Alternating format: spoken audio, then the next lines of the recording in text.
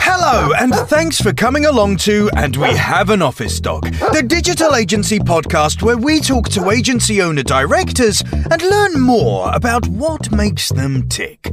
From the things that make them similar to the things they'd rather have known sooner, where they've had success and where they've learned some hard lessons. All will be revealed with your host, Chris Simmons, the agency coach, and he'll be talking to a different awesome agency person in each episode, asking them 4 questions and seeing where the conversation takes us over the next 25 minutes. Okay, so let us begin. Over to you, Chris. Thanks, voiceover guy. And on the podcast today, we've got Sam, the co-founder of Novus. How are you doing?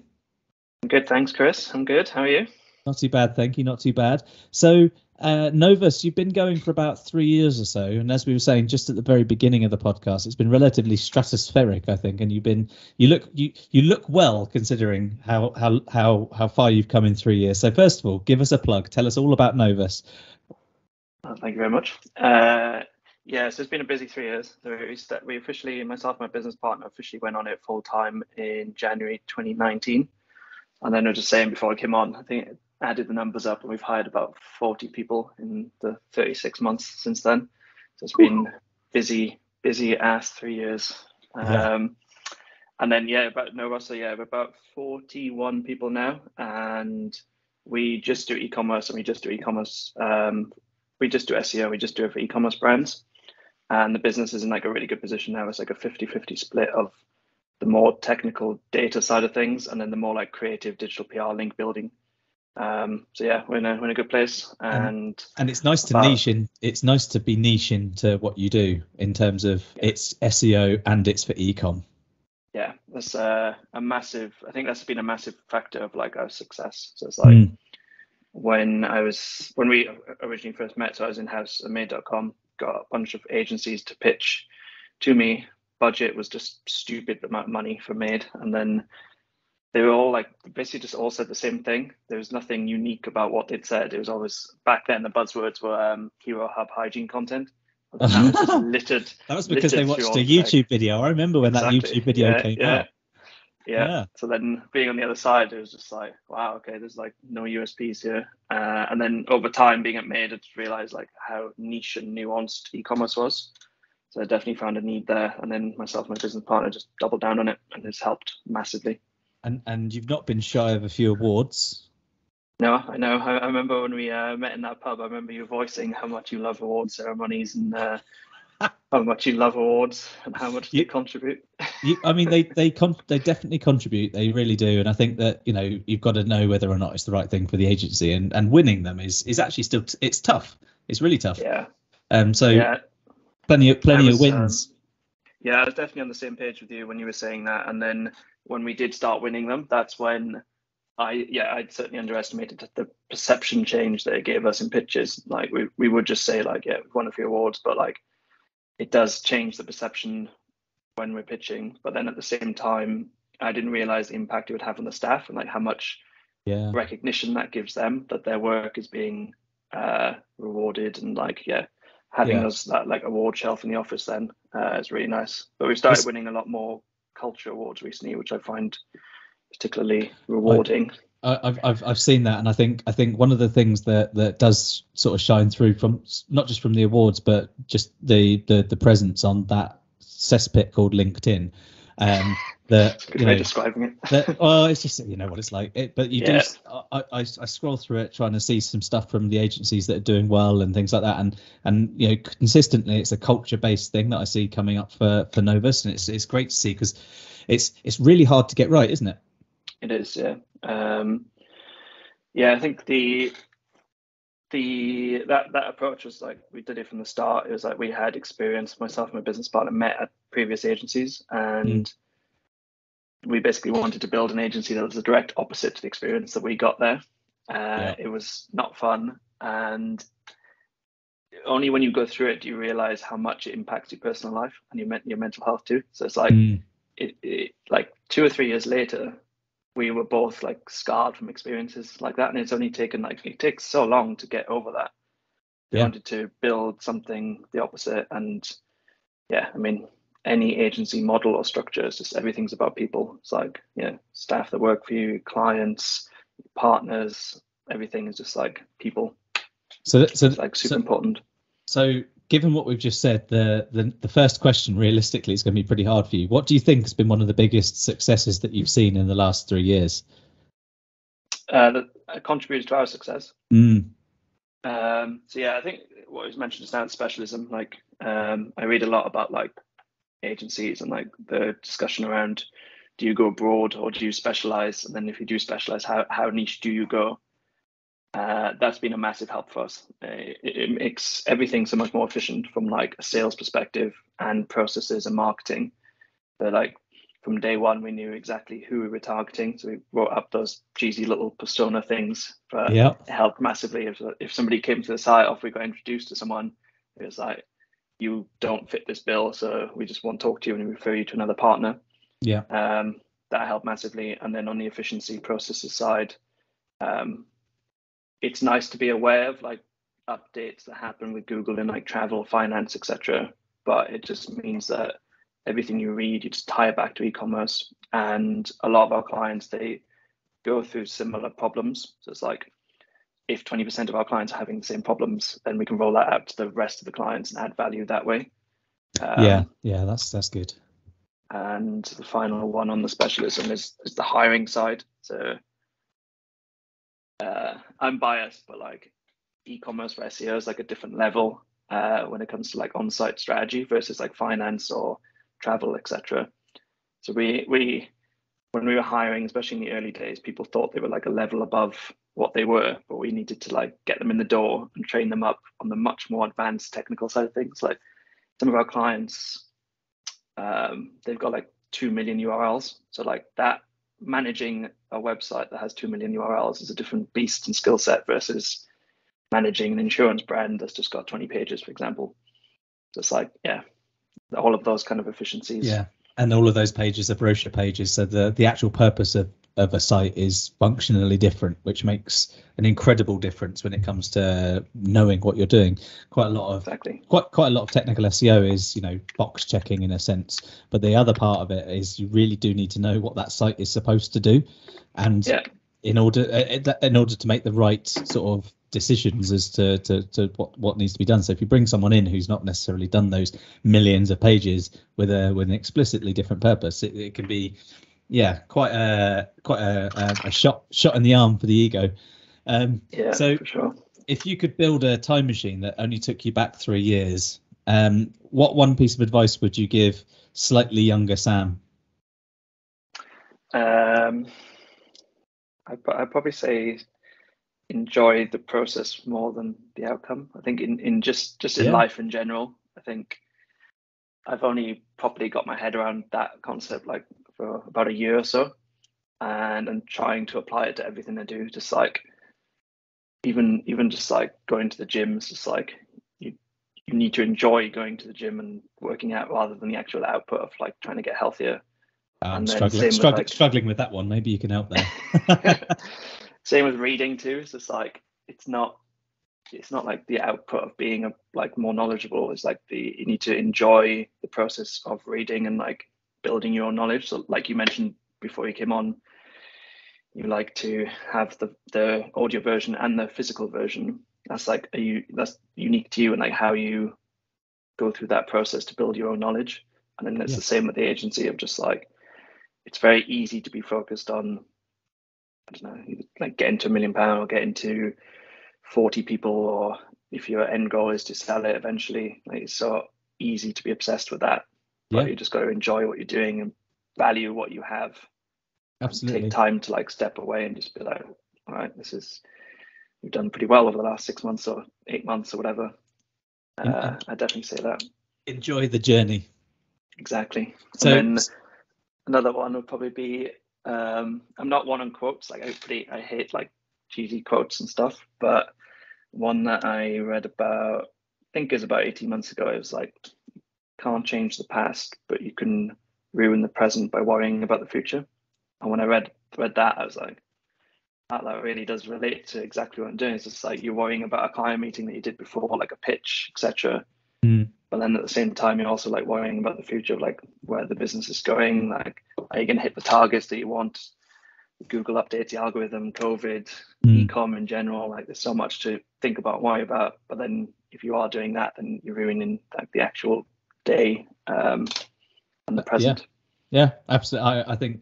I think that's a realization that you have to kind of come to over time, I think. But do you think if 3 years ago you'd have popped into your own house and given yourself any of those two pieces of advice, do you think you'd have listened to it, or do you think you'd have probably thought, nah? No chance, no. No. Yeah.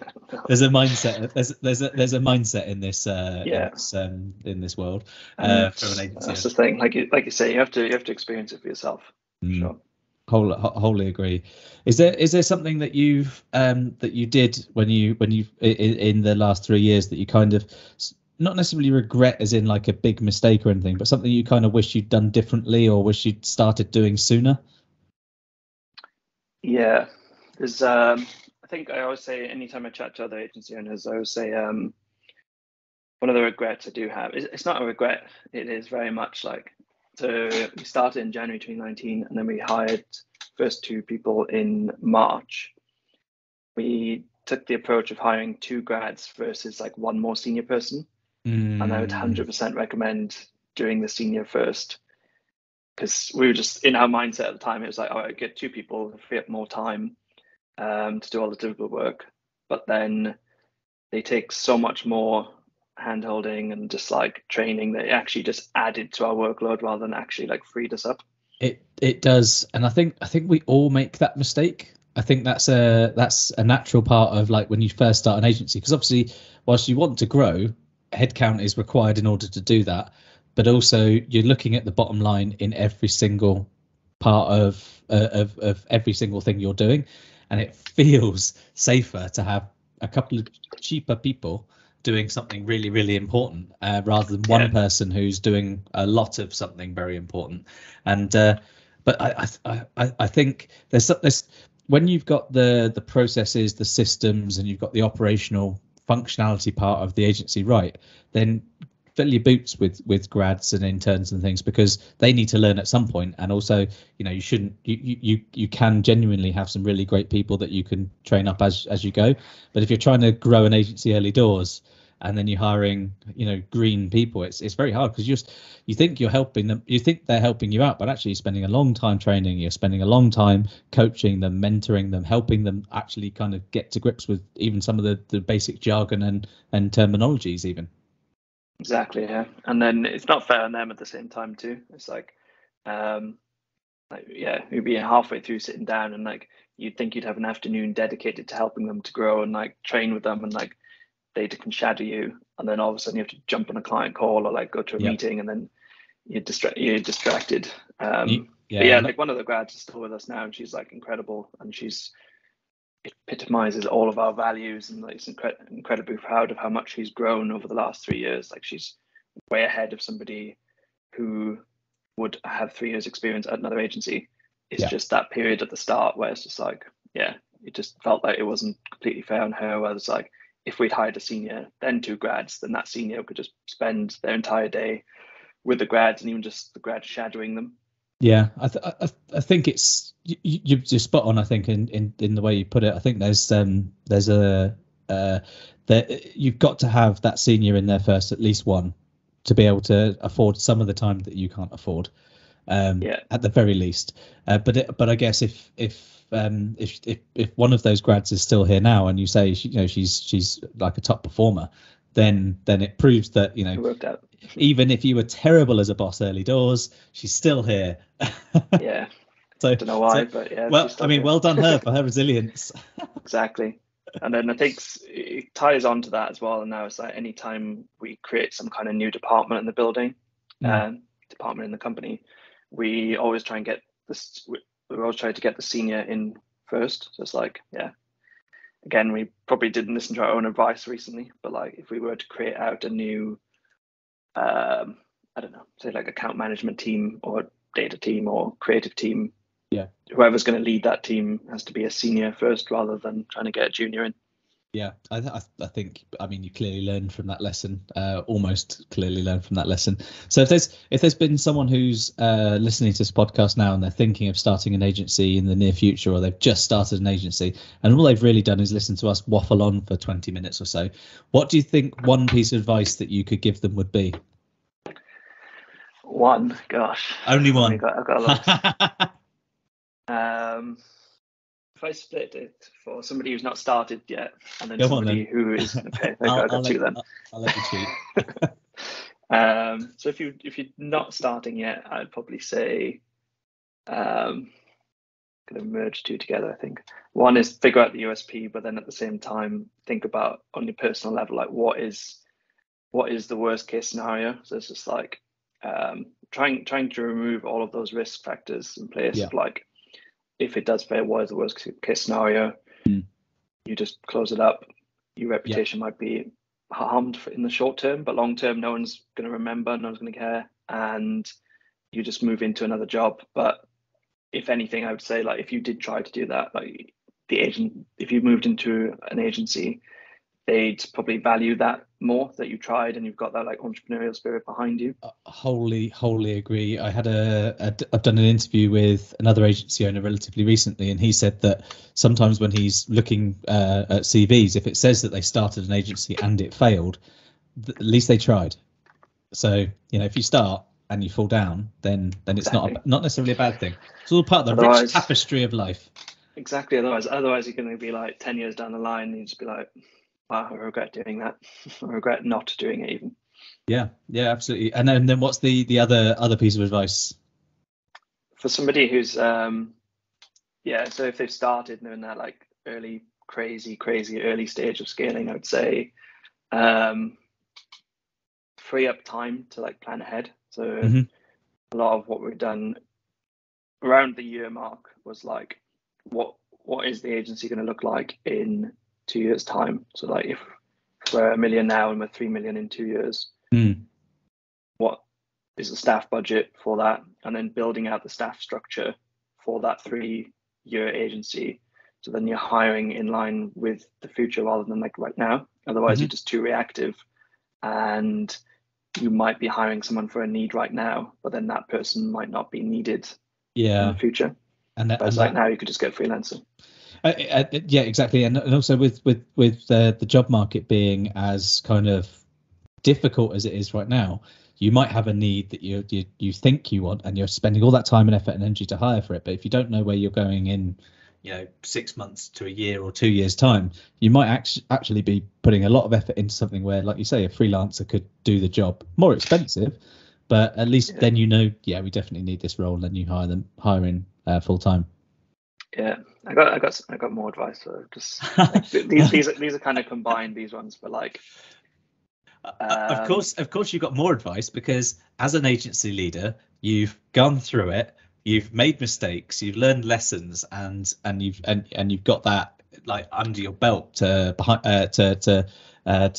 sort of, the success is evident of the fact that you'll have advice for people. Yeah, 100%. I think you need to figure out, are you a strategy or deliverable agency? Figure that out quite early on. That impacts your pricing and how you work. Big time. Figuring out your why. So like, what is the end goal in like 5 to 10 years? And that is this a lifestyle business for you, or is it like a business you want to scale and sell? Yeah. And then on an individual basis, it's like figuring out, are you the disciplinary person? Disciplinary is the word, like the deliverable person in the agency. So like, say you're an SEO. Are you the implementer or the Are you the one doing the business side of things, or do you love your trade so much that you don't want to get into the business side? So rather than trying to straddle both of them, if you want to just build websites because you're a developer, then that's awesome, and you keep doing that. Then you need to find a way to get somebody in or support around the operational side of the business, and then vice versa. Yeah, I've known agency owners who've hired a managing director to run the business whilst they run a department. Yeah, which is a big. I don't know. Yeah, I mean, you've got to be really committed. Yeah, and it's one of them. When you get to a certain point, you need to the agency becomes bigger than you. So you need to be making big decisions like that. It's like, are you going to hinder the growth of the business and everybody who works there because of your ego? Or are you going to do, I think like the Gymshark guy is a really good example of this, isn't he? Have you heard that story of like, he was growing it. Oh, okay, I'm going to No, it's good for this. Good for the content, you see. So yeah, he was growing it really fast, and it's like super fast growing startup and new CEO. But then he stepped back from being CEO because he was too young and he couldn't grow and run a business that large. So he got a CEO in, and then he took a step back, and he was like, I think he was like branding director or something. Mm-hmm. And then branding director of a company that just sticks logos on T-shirts. It's amazing. Exactly. Yeah. And then I think it was only last year, so a few years later, then they switched and then he came back to being CEO. So it just takes a lot of like, putting your ego and yourself before the business. Yeah, totally. Absolutely. And I think ego is a big part of running an agency in a good and a negative way, which is a lovely way to end the podcast. Your ego is your problem, guys. And thanks very much for coming along and being a guest, Sam. No worries. Thanks for having me. All the best for the next 3 years. Thank you very much, and best of luck with the live streaming of Brightness here. That'll be fun. Yeah, that's happening relatively soon. But when you listen to this podcast, it will be in the distant past. Nice. And on our next podcast, we'll have a different agency leader to tell us their story and the things they've learned along the way. Thanks for listening.